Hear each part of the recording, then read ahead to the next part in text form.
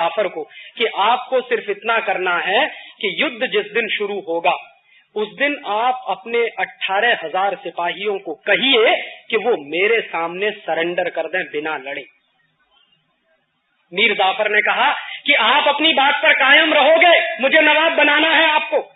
तो रॉबर्ट ने कहा कि बराबर, हम हमारी बात पर कायम हैं, आपको हम बंगाल का नवाब बना देंगे। बस आप एक ही काम करो कि अपनी आर्मी से कहो, क्योंकि वो सेनापति था आर्मी का, तो आप अपनी आर्मी को आदेश दो कि युद्ध के मैदान में वो मेरे सामने हथियार डाल दें बिना लड़े। मीर जाफर ने कहा कि बिल्कुल ऐसा ही होगा, और युद्ध शुरू हुआ 23 जून 1757 को। इतिहास की जानकारी के अनुसार 23 जून 1757 को युद्ध शुरू होने के 40 मिनट के अंदर भारतवर्ष के 18,000 सिपाहियों ने मीर जाफर के कहने पर अंग्रेजों के 300 सिपाहियों के सामने सरेंडर कर दिया। रॉबर्ट क्लाइव ने क्या किया?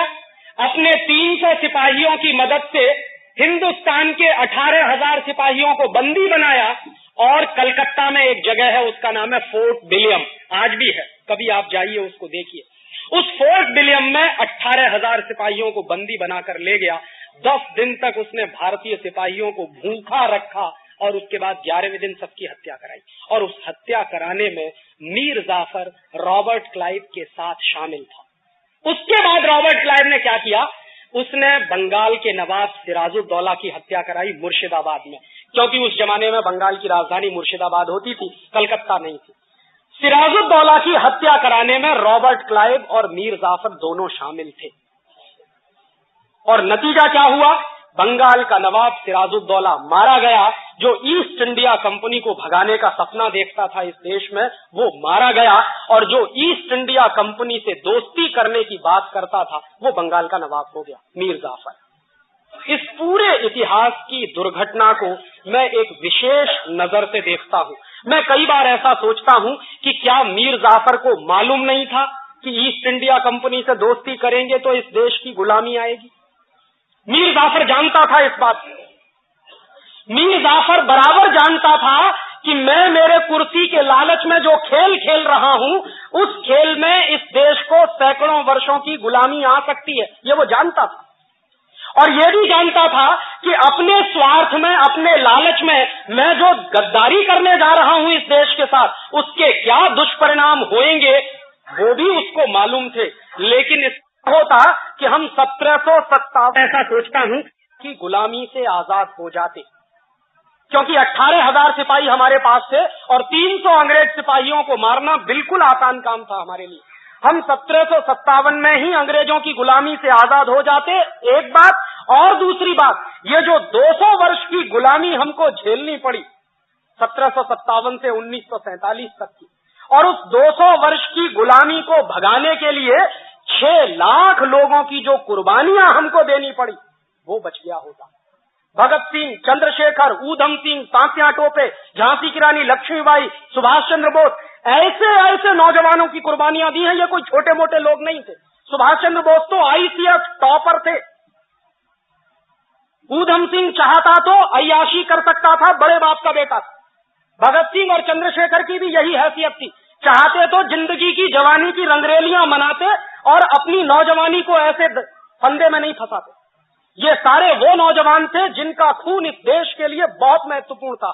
6 लाख ऐसे नौजवानों की कुर्बानियां जो हमने दी, वो नहीं देनी पड़ती, और अंग्रेजों की जो यातनाएं सही, जो अपमान हमने बर्दाश्त किया, वो नहीं करना पड़ता अगर एक आदमी नहीं होता, मीर जाफर। लेकिन चूंकि मीर जाफर था और मीर जाफर का लालच था कुर्सी का और पैसे का, उस लालच ने इस देश को 200 वर्ष के लिए गुलाम बना दिया। और मैं आपसे यही कहने आया हूं कि 1757 में तो एक मीर जाफर था, आज हिंदुस्तान में हजारों मीर जाफर।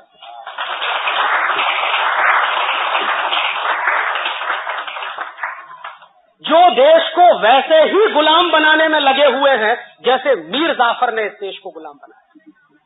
मीर जाफर ने क्या किया था? विदेशी कंपनी को समझौता किया था बुला के, और विदेशी कंपनी से समझौता करने के चक्कर में उसको कुर्सी मिली थी और पैसा मिला था। आज जानते हैं हिंदुस्तान का जो नेता प्रधानमंत्री बनता, हिंदुस्तान का जो नेता मुख्यमंत्री बनता है वो सबसे पहला काम जानते क्या करता है?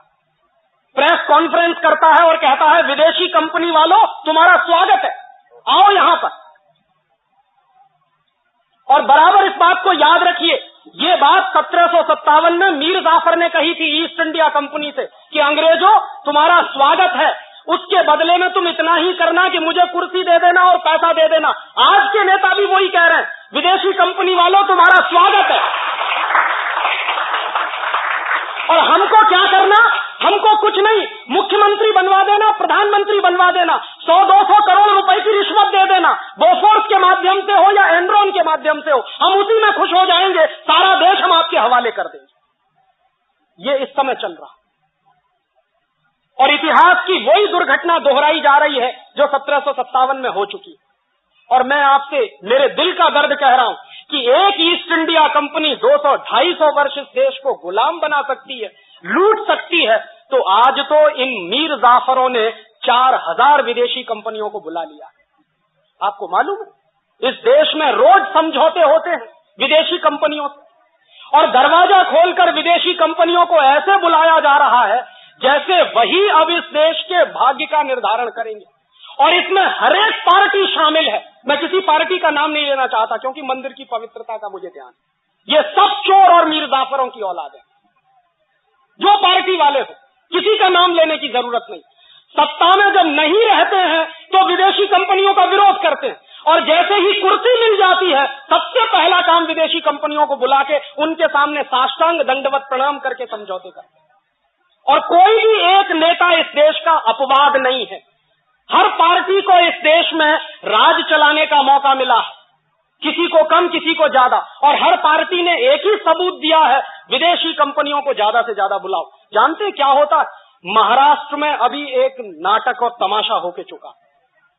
उस तमाशे को आपने पढ़ा होगा, 2-3